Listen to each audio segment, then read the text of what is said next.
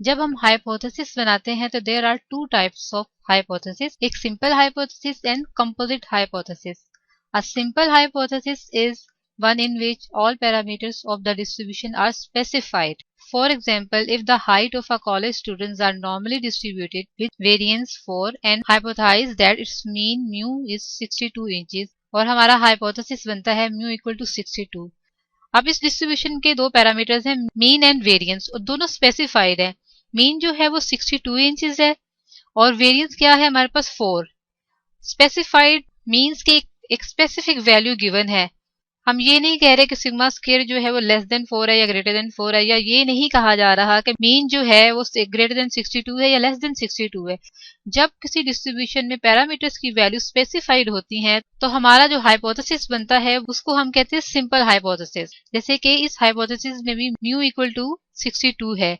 जबकि a hypothesis which is not simple means in which not all the parameters are specified is called composite hypothesis. For instance, if we hypothesize that mu, अगर हम कहते हैं mu greater than 62 है और उसका variance 4 है, या हम ये कह ले मीन 62 है या वेरिएंस जो है वो लेस देन 4 है, इस केस में जो हाइपोथेसिस बन रहा है वो कंपोजिट हाइपोथेसिस है, क्योंकि यहाँ पे पैरामीटर वैल्यूज को स्पेसिफाइड नहीं कर रहा, क्योंकि यहाँ म्यू की वैल्यू 62 भी हो सकती है, 63 भी हो सकती है, 64 एंड सो ऑन. कोई स्पेसिफिक वैल्यू हम नहीं दे रहे हैं पैरामीटर की. या ये हाइपोथेसिस अगर बनाए तो सिग्मा स्क्वायर लेस देन 4 है तो ये 3 भी हो सकता है, 2 भी हो सकता है, 1 भी हो सकता है. इसमें हमारा पैरामीटर वेरिएंस स्पेसिफिक वैल्यू नहीं दे रहा. ऐसे हाइपोथेसिस को हम कहेंगे composite hypothesis, because we cannot know the exact distribution of the population in either case. Obviously, the parameter mu greater than 62 and sigma scale less than 4 have more than one value and no specified values are being assigned. Critical region और rejection reason, इसके बारे में थोड़ा सा idea तो आपको पहले भी होगा, लेकिन by definition the critical region और रिजेक्शन रीजन एक ही चीज के ये दो नाम है. Is a set of values of the test statistics for which the null hypothesis is rejected in a hypothesis test. That is, the sample space for the test statistics is partitioned into two regions. One region, the critical region, will lead us to reject the null hypothesis H naught and the other will not. So if the observed value of the test statistics is a member of the critical region, we conclude reject H naught. And if it is not a member of the critical region, then we conclude do not reject H naught. जैसा कि ये distribution आप देख रहे हैं और ये हमारे पास क्या है critical reason. This is critical reason blue 1 और ये सारा हमारे पास क्या है एक्सेप्टेंस रीजन.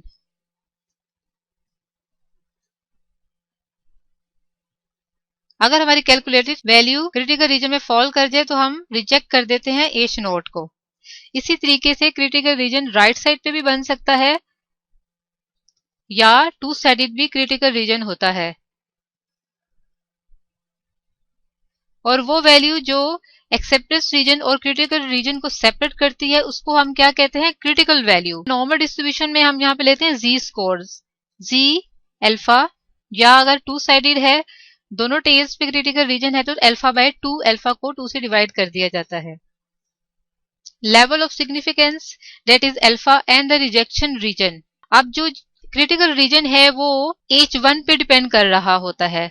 अगर हमने ये कहा है कि मीन जो है वो लेस देन 3 है तो जब यहाँ पे हमारे पास जो साइन है वो लेस देन का होगा तो लेफ्ट टेल पे क्रिटिकल रीजन होगा, और अगर हमारा म्यू की वैल्यू ग्रेटर देन 3 है तो इसका क्रिटिकल रीजन राइट साइड पे होगा. और अगर ये नॉट इक्वल टू है, इक्वल और नॉट इक्वल टू है तो हमारे अल्फा की जो वैल्यू है वो 2 से डिवाइड होके दोनों साइड पे क्रिटिकल रीजन बनाएगी. यहाँ पे हमारे पास अल्फा ही होगा, जेड अल्फा, ये भी जेड अल्फा, ये माइनस जेड अल्फा हो जाएगा, ये प्लस जेड अल्फा हो जाएगा, और यहाँ अल्फा 2 से डिवाइड हो जाएगा तो ये बन जाएगा Z alpha by 2 minus Z alpha by 2 और ये plus Z alpha by 2. If the rejection region is divided equally between two tails of the sampling distribution of the test statistics, the test is referred to a two-tailed test or two-sided test. जब हमारे पास hypothesis equal और not equal to होगा then alpha is divided equally between the two tails of the critical region. और अगर हमारी calculated value इधर side fall कर जाए तो हम रिजेक्ट कर देंगे एच नॉट को. और ये जो ग्रीन वाला एरिया है अगर हमारी वैल्यू इसमें फॉल करेगी तो we will fail to reject H nought. Simply आप ये कह लें कि टू टेल टेस्ट में हमारे पास जो हाइपोथेसिस है वो इस केस में बनता है equal to and not equal to. इसका मतलब ये है कि मीन या तो लेस देन है या ग्रेटर देन फॉर्म में है। राइट टेल्ड टेस्ट, ये हमारे पास आ गया वन टेल टेस्ट भी इसको कहते हैं। A test for which the entire rejection region is located only in one of the two tails, either in the right tail or in the left tail of the sampling distribution. It is called one tail test or one sided test.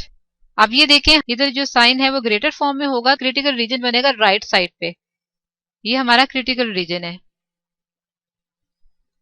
और left tail test जो है वो हमारे पास जो hypothesis होगा H1 वो less than की form में होगा, तो इसका मतलब है कि क्रिटिकल रीजन हमारा लेफ्ट साइड पे होगा। दिस इज क्रिटिकल रीजन कि जिसमें अगर हमारी कैलकुलेटेड वैल्यू फॉल कर जाए तो हम रिजेक्ट कर देंगे H0 को। तो सिंपली आप ये कह सकते हैं कि अगर rejection region is divided equally between the two tails तो ये हमारे पास क्या होगा, टू टेल टेस्ट। और अगर क्रिटिकल रीजन फॉल कर रहा हो ईदर ऑफ द टेल, या तो लेफ्ट साइड पे फॉल कर रहा हो या तो राइट साइड पे फॉल कर रहा हो, तो इसको हम कहेंगे वन टेल टेस्ट। अब हम आते हैं कि टेस्टिंग ऑफ हाइपोथेसिस के लिए कौन से प्रोसीजर और कौन से स्टेप्स को हमको फॉलो करना पड़ता है। सबसे पहले तो पहला स्टेप हमारा होता है state null and alternative hypothesis. Null and alternative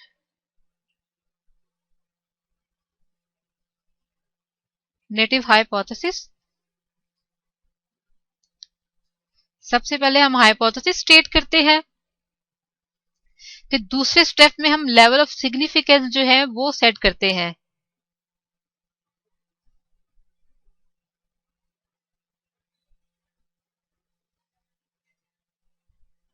जो कि अल्फा होता है। And in third step we choose an appropriate test statistic.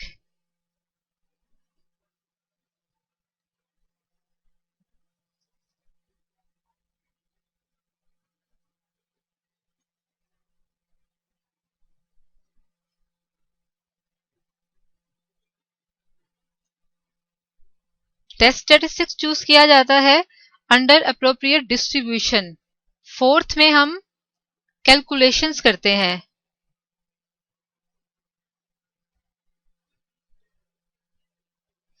Zone सा भी टेस्ट स्टैटिस्टिक्स हम यूज कर रहे होंगे उसको कैलकुलेट करने के लिए हमें किस कैलकुलेशंस की जरूरत होगी। हो सकता है हमें मीन फाइंड आउट करना पड़े, सिग्मा स्क्वायर फाइंड आउट करना पड़े, तो वो हम कैलकुलेट कर लेंगे। फिफ्थ स्टेप में हम क्रिटिकल रीजन कंस्ट्रक्ट करेंगे।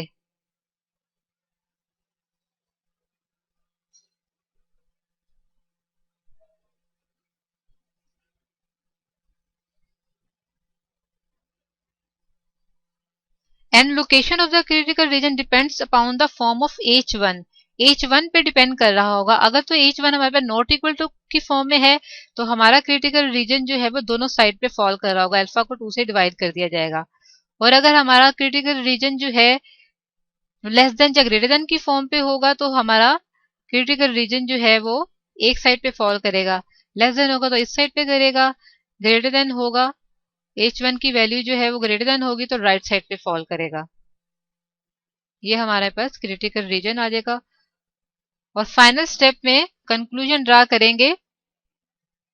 अगर तो हमारी कैलकुलेटेड वैल्यू जो टेस्ट स्टैटिस्टिक्स से आएगी वो फॉल कर जाएगी क्रिटिकल रीजन में तो हम रिजेक्ट कर देंगे H0।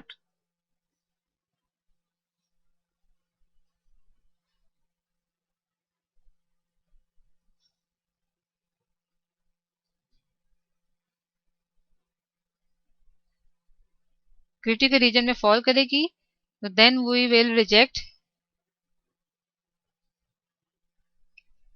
H0, otherwise will not reject.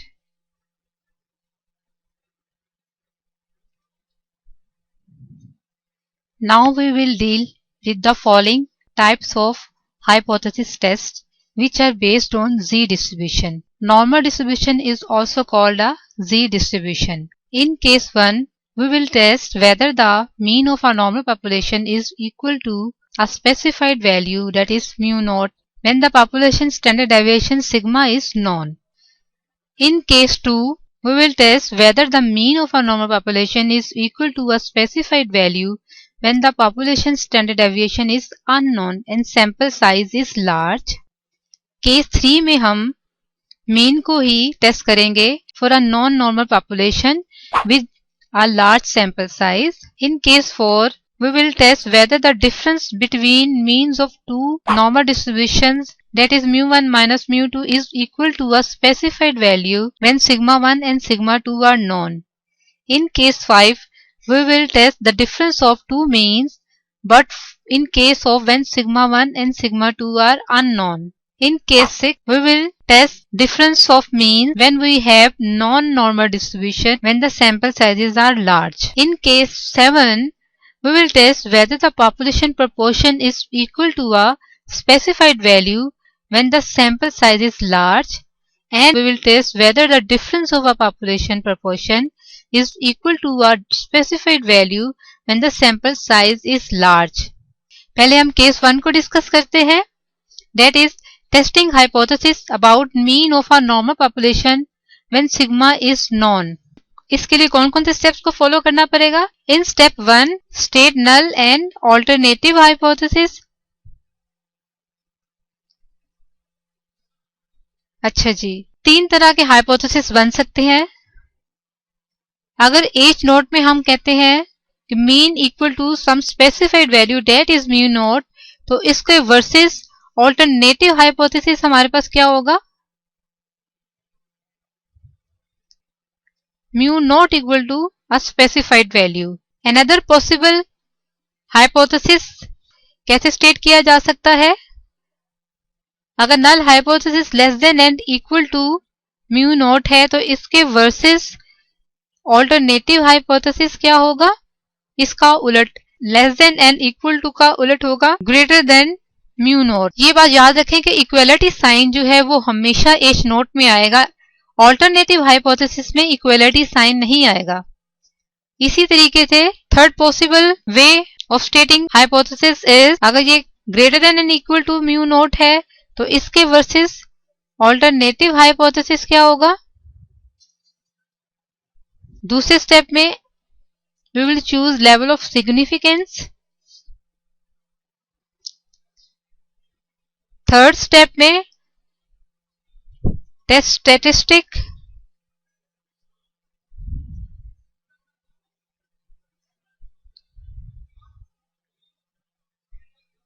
Mean की टेस्टिंग के लिए व्हेन सिग्मा इज नॉन तो हम यूज करेंगे जी टेस्ट. ये आ जाएगा under H not when distribution is standard normal. Fourth step क्या होगा हमारे पास? Determine critical reason.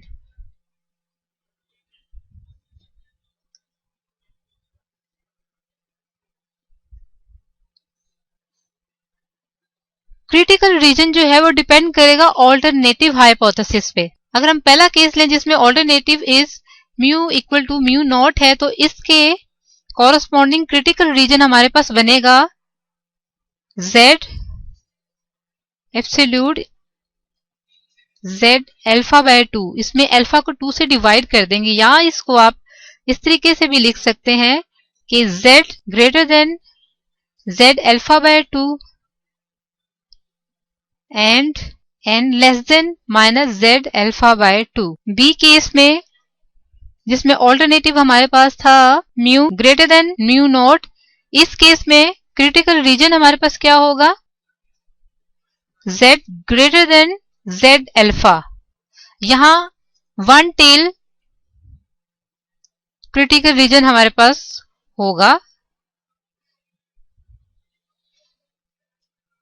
ये हमारे पास z एक्सिस है. z एक्सिस के जो मीन है हमेशा 0 होता है स्टैंडर्ड नॉर्मल डिस्ट्रीब्यूशन में, और इस साइड पे पॉजिटिव वैल्यूज हैं, इस साइड पे नेगेटिव वैल्यूज है हमारे पास. ये हम z पॉजिटिव है तो ये यहां कहीं अगर लाई करता है तो ये z अल्फा इससे ग्रेटर वाला, ये एरिया बनेगा क्रिटिकल रीजन का। ये जो हमने बनाया था इसी तरीके से ये 0, ये माइनस जेड अल्फा बाय 2 था, ये प्लस जेड अल्फा बाय 2 था, ये क्रिटिकल रीजन था। केस सी अगर डिस्कस करें तो ये है mu less than mu not. तो इस केस में जो साइन इधर है वही इधर आएगा। ये भी वन टेल्ड क्रिटिकल रीजन है, तो ये माइनस जेड अल्फा बनेगा। और इस ये नेगेटिव साइड पे फॉल कर रहा है, क्योंकि इस साइड पे नेगेटिव वैल्यू, तो हम कहते हैं अगर यहां कहीं माइनस जेड अल्फा है तो ये वाला हमारे पास क्रिटिकल रीजन हो जाएगा।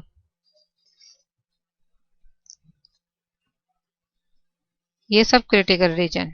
अच्छा जी, फिफ्थ स्टेप जो होगा हमारे पास वो कंप्यूटेशन या कैलकुलेशन का होगा।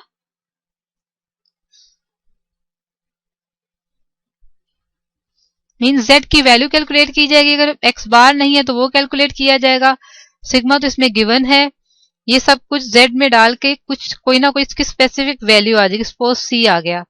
सिक्स स्टेप में कंक्लूजन ड्रॉ करेंगे।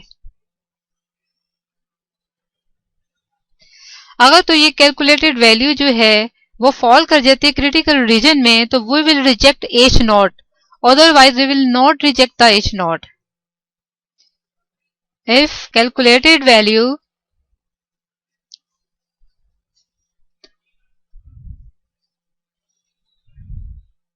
falls in the critical region, then reject H naught, otherwise will not reject.